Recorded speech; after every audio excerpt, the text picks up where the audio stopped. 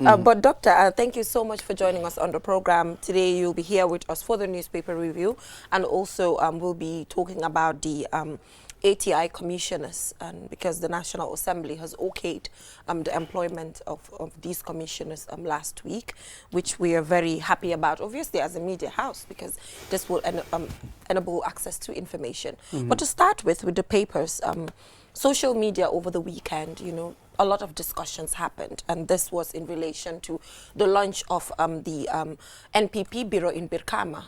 Remarks were made by President Adama Barrow that were directed to the leader of the United Democratic Party, saying that he vows to rule as long as Dabo is alive. And a lot of reactions are coming on because of this statement. Some are calling it threat, to the leader of the United Democratic Party. A lot of people say it's unpresidential. A lot of people going online to show their solidarity to the leader of the United Democratic Party. So at the level of the government, how are you dealing with this? What do you think about it as information minister?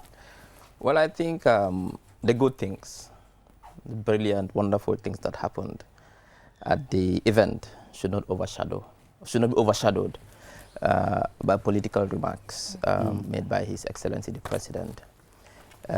What happened in Brikama shows that the President still has full support in Brikama politically. We saw the crowd. It shows that many people thought that NPP didn't have that much support in Brikama. What happened at that event showed that His Excellency the President has total support in Brikama, politically speaking. And he said some very good things there.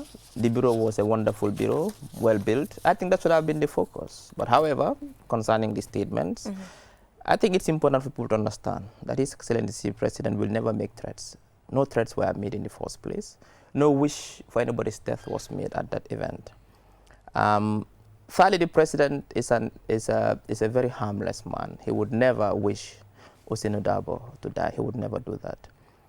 And then the fourth thing is that there is mutual respect between the two men. That will outlive both of them. They have mutual respect for each other. They have mutual affection for each other.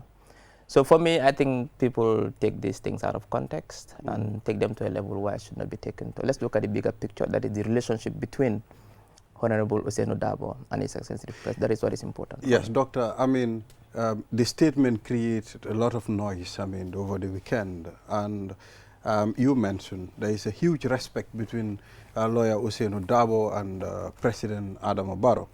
Lawyer Darboe being a statesman, a person who really sacrificed for this country. Okay, this statement doesn't go down well with many people in the Gambia and abroad. So is there any plan that the President will somehow try to mend that, statement again?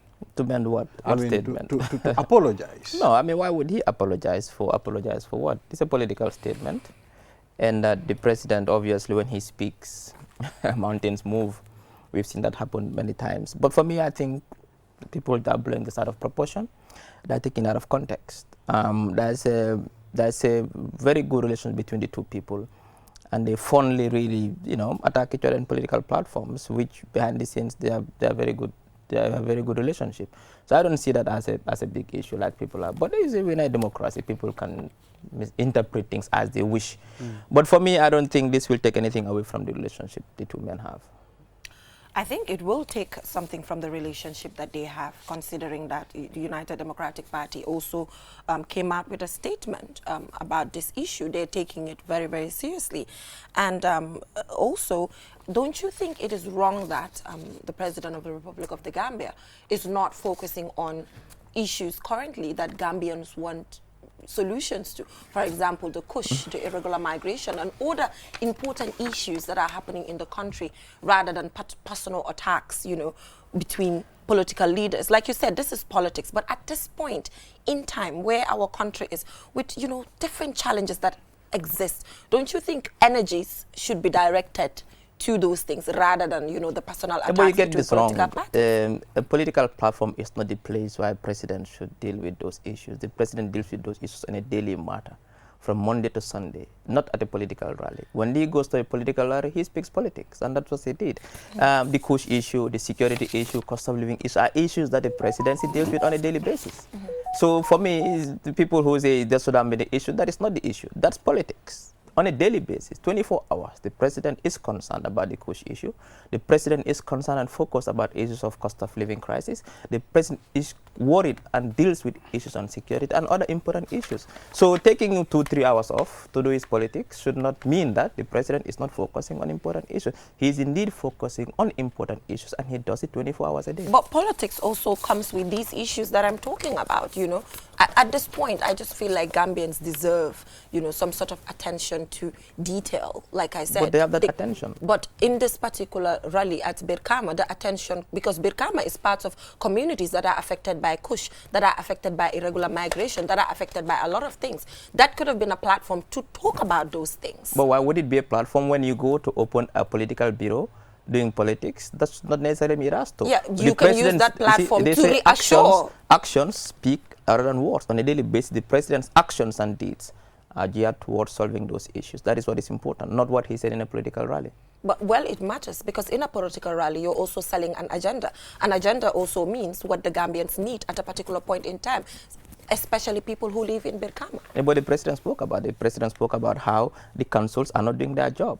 Not only the speaker after speaker spoke about how recently you saw the dirt, the lack of sanitation in the market in Birkama. He spoke about it. He called out the councils for not doing their job, and that is important. It's affecting people. So the president cannot say everything in a political rally in a very short speech. The most important thing is the president is dealing with these issues. The country is moving. The country now has more open democratic space. It is one of the most peaceful, stable democracies in the subcontinent. Talking about peace, So the president important. is named as, you know, one of the most peaceful presidents in, you know, the sub-region. So don't you think it's quite ironical that you were named peaceful and then you were making such utterances, you know, as a president of the country? Jenaba, when you are at home with your grandfather and you are joking with each other, don't you tell your grandfather, Ibe Faralen to jam.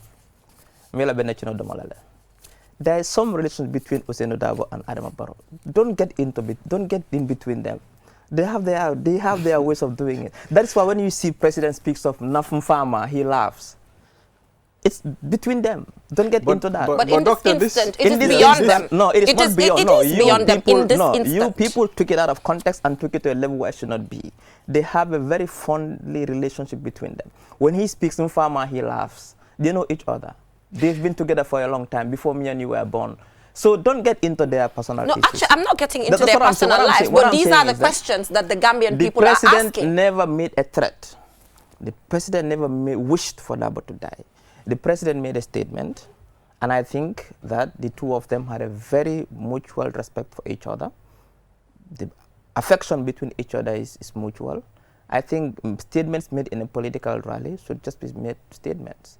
The most important thing is let's focus on the bigger picture, what the president is doing to solve the cost of living crisis. But you talked about the fact that in a political rally, the president cannot talk about all issues. I'm not saying that. What I'm saying is that the president speaks, you see, with the president, he's an action man, very pragmatic. His actions speak louder than his words. The man is solving on a daily basis our problems. Let's focus on the $1 billion subsidy in agriculture. Let's speak about the $200 million every year on subsidy on food. That is one Let's thing. speak about the things he's doing to mitigate the cost of living crisis for the Gambian that is people. there, but we are talking about the burning issues. Are you not aware of what the Kush is doing? No, are you not aware of the irregular migration, the amount of young people who are dying? What is government doing to ensure that surveillance is done? For example, empowering the Navy to ensure that they are out there. The Navy has new boats working with the Spanish to police our waters, to stop irregular migration. Then it's not effective, because why?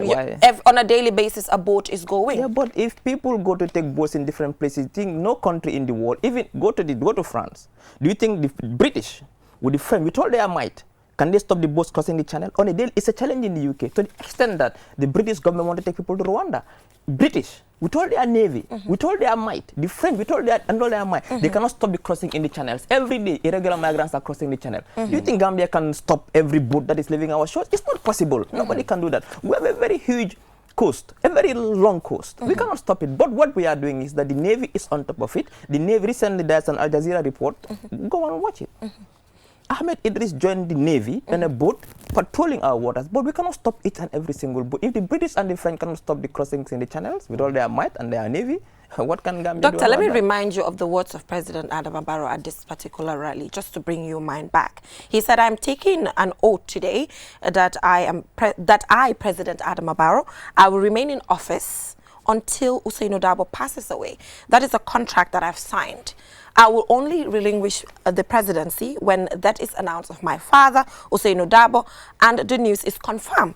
And I will attend the funeral and we lay him to rest. Only then I'll step down from the presidency. And you're saying that this is a father and daughter relationship. Father and son. This is beyond father and son. This is affecting people. Geneva, it's not affecting. Which people is it affecting? You are blowing this out of proportion. Well, based on what we see. The president, His Excellency, is a very harmless man, very compassionate man, a man who is very religious, a man who would wish nobody, not even a fly, harm. He would never wish Usainu Dabo harm. He has huge respect for Usainu Dabo. People can interpret those statements however they want to interpret it. What I'm telling you is that let's focus on the bigger picture that the country is facing and what the president is doing to solve those problems on a daily basis. That is what is important. For me, what the president said in the political rally to his father, who he respects so much, for me, I don't think so. That should be a point of discussion. Well, Doctor, He's the president. Whatever, like you mentioned, whatever he says is a point of discussion, and there's nothing anybody can do about it. So if he makes such utterances, it is expected. One of the most popular presidents in the continent. So when he speaks, mountains move. I would have suggested, maybe an apology, but Doctor said, apology for what? Why should he apologize? Apologize for what? This was you. So let's don't blow these things out of proportion. The president has enough respect for. I think this is what is important, and that is the key takeaway should take with you is that the president will harm nobody. He would wish nobody harm, not Usainu Dabo, not even his enemies. And Usainu is not his enemy. He has huge respect for Usainu Dabo. So people are blowing this. People can interpret this however they want to interpret it. Blowing it out of proportion. But what I'm telling you is that the president is focusing on delivering his promises, the mandate that is given to him by the government in 2021. He's delivering it, and also he might seek for another mandate in 2026. That is his focus. But for now, these things are political talks, and we don't want to get in between father and son. It's father and son banter. All right, I am pretty sure if these words were directed to President Adama Barrow, today the police would have called that individual for but question. Usainu Dabo recently called him a thief, and in fact, that is the context here. That is, you see, that's why I don't always focus on what he said. Usainu Dabo said President stole the land of the Chief Justice in Bakau. And that is what the president was referring to. It's a land issue. Now, if somebody calls a president a thief and that did not make you journalists take it out of proportion, why should this be an issue? It's in response to what that. He called him a thief. That he stole, and in fact, he said that when he comes to power, he'll take that land away from the president because the president stole it.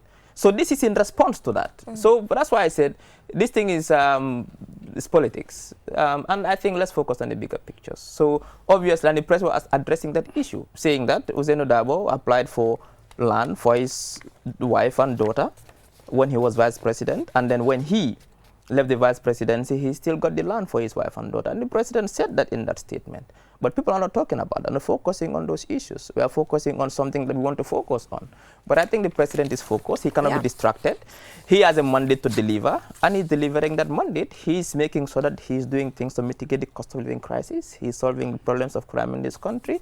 He's making sure farmers get what they need, seeds and fertilizer, to be able to deliver and farm properly so they can be able to take care of their families. He's building roads, he's building hospitals, he's building schools. What else can you demand from a president?